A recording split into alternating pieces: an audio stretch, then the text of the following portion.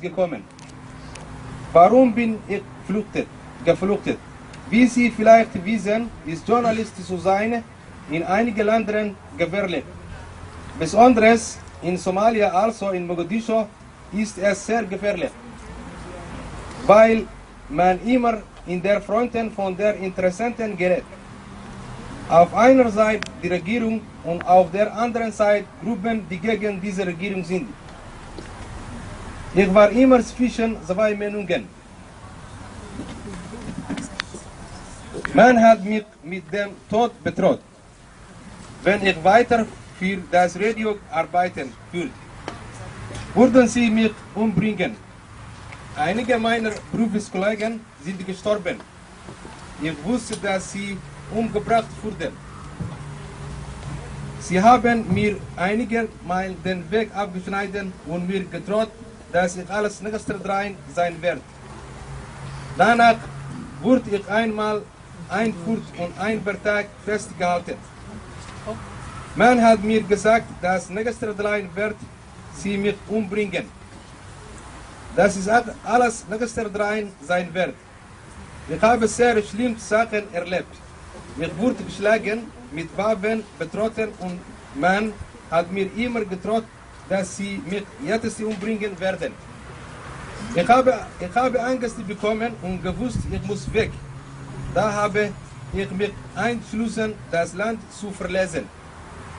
Ich habe gedacht, ich muss weg, egal wohin. Ich habe Freunde gebeten, mir zu helfen, da ich Journalist bin. Haben sie gesagt, war gut in der Schweiz zu flüchten. Da in der Schweiz Demokratie herrscht und der UNO-Hauptsitz in Genf ist und die Schweiz sich für die Menschenrechte einsetzt. Da war ich in Sicherheit. Mir war es egal, wohin, Hauptsache konnte ich fliehen. Meine ganze Familie und Freunde haben mir geholfen zu flüchten. Ich war 1 Jahr unterwegs. Ich hatte wenig Geld für die Reise und war eine lange Zeit in Kenia. Habe dort auch gearbeitet, bis ich das Geld zusammen hatte. Ich lebe immer mit der Angst, entdeckt zu werden. Denn dort wurden auch immer wieder Menschen umgebracht. Sie es von Regierungsgruppen oder anderen Personen.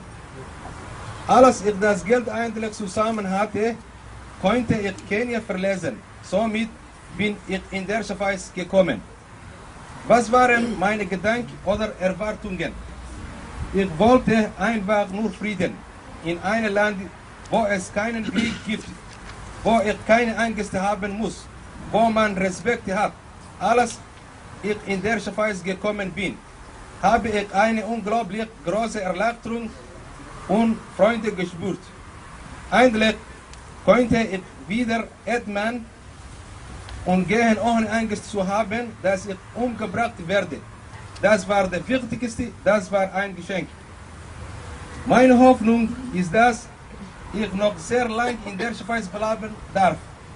Ich bin dankbar, dass die Schweiz mir Asyl gewährt hat.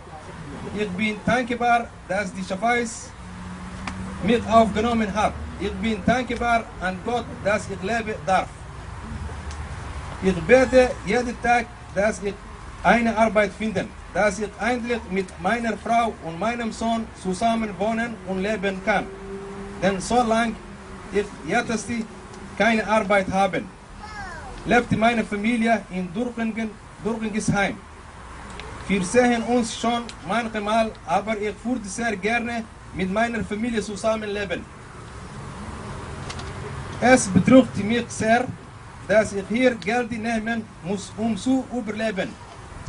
Ich möchte arbeiten. Ich bin ein selbstständiger Mensch und habe immer alles selber gemacht. Ich habe immer gearbeitet, um meine Familie zu ernähren. Sogar als man ich mit dem Tod bedroht hat. Deshalb ist es für mich fast unträglich, wenn ich nichts tun kann.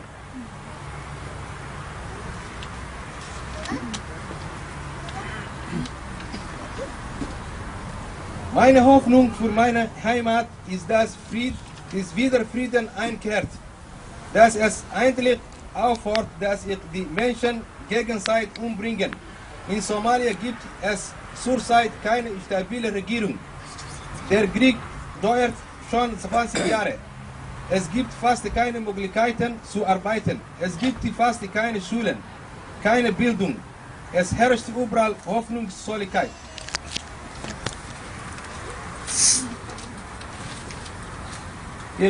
Ich möchte nur einmal noch erleben, dass ich mit meiner Familie eines Tages nach Somalia zurückkehren kann, so Frieden herrscht. Dass ich meinem Sohn sagen kann, schau Abdullah, so heißt meinem Sohn, das ist unsere Heimat, das ist unserem Wurzel. Mein Wunsch ist, meinem Volk in Frieden leben zu sehen, wieder Hoffnung in den Augen sehen, Freude und Lebensfeeling spüren. Das ist mein großer Wunsch. Das ist all. Entschuldigung, wenn du nicht verstehen, meine sprechen, so es ist schwierig für mich zu sprechen gut Deutsch.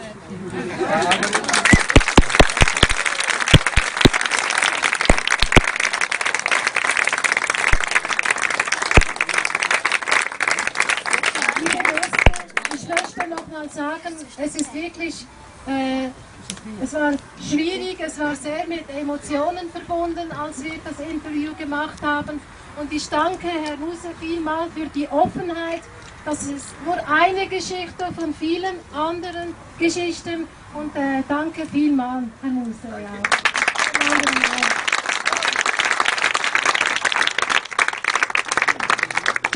Jetzt haben wir einen Vortrag über das Land Somalia.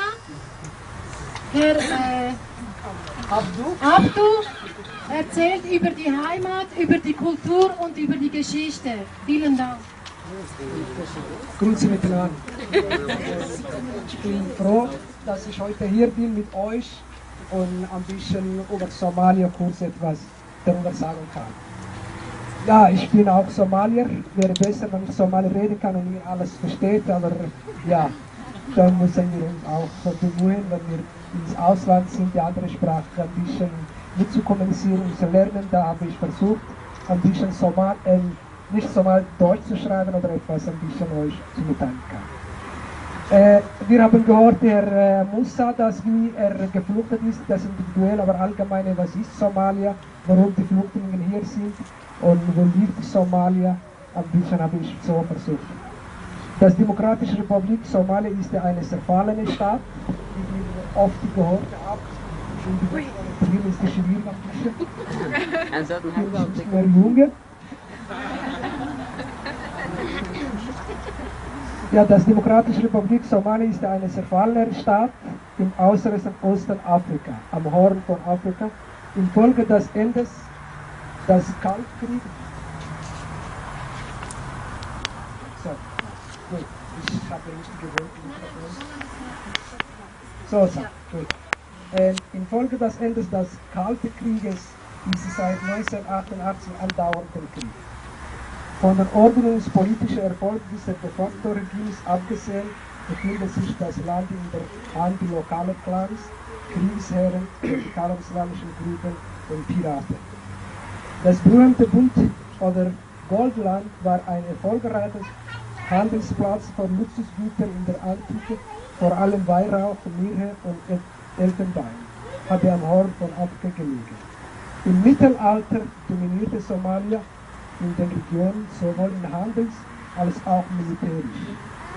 In den heute noch geltenden Grenzen entstand Somalia 1960 aus dem Zusammenschluss von britisch und italienischem Somaliland.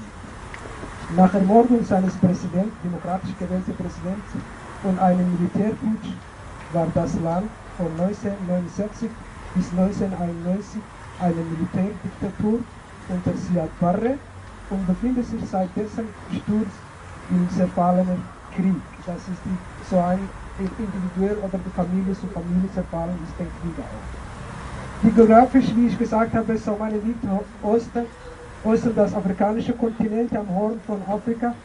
Fläche wäre 15 mal größer wie der Schweiz.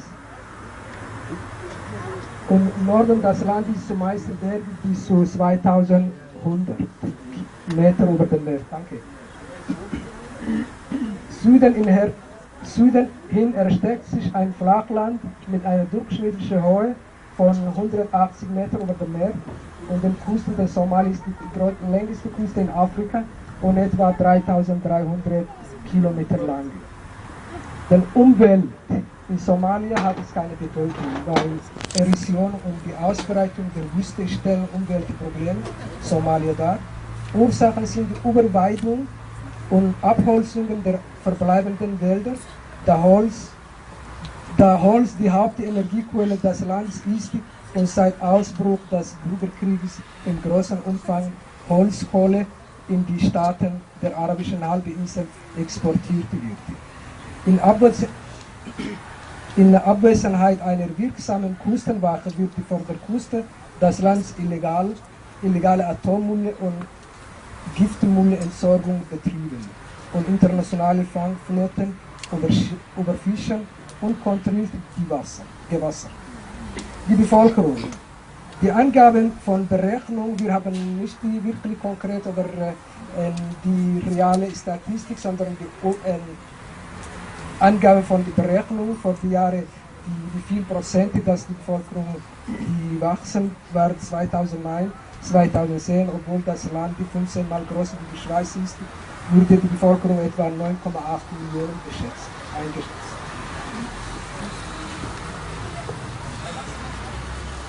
Und Ende 2007 sind über 3 Millionen Somalier intern und in den Ausland vertrieben. Die Ethnie Somalia gilt als nicht homogenes Land und gilt auch als einziger Nationalstaat in Afrika. Die Hauptsprache Somalia ist eine ostküstische Sprache aus dem Sprachweite der kuschitischen Sprachen und damit Teil der semitischen Sprache. Die Religion. Die Bevölkerung Somalia gehört zu fast 95 dem sunnitischen Zweig Islam an.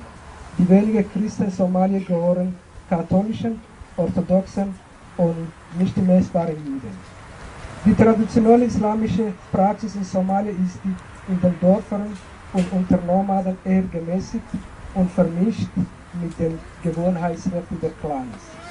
Seit den 1970er Jahren gibt es vor allem in den Städten radikale Strömungen, die während des Bürgerkriegs ebenso wie die Religion insgesamt an Bedeutung gewonnen haben. Islamisten setzten in den Gebieten in Süd- und Zentralsomalia, die sie kontrolliert, eine strenge Auslegung der Scharia durch. Die Bildung. Unterricht findet heute in Abwesenheit eines offiziellen Bildungssystems hauptsächlich in Koranschulen und Privateinrichtungen statt. Die Geschichte. Die ältesten bekannten Spuren von Menschen im heutigen Somalia stammen derzeit 8000 bis 3000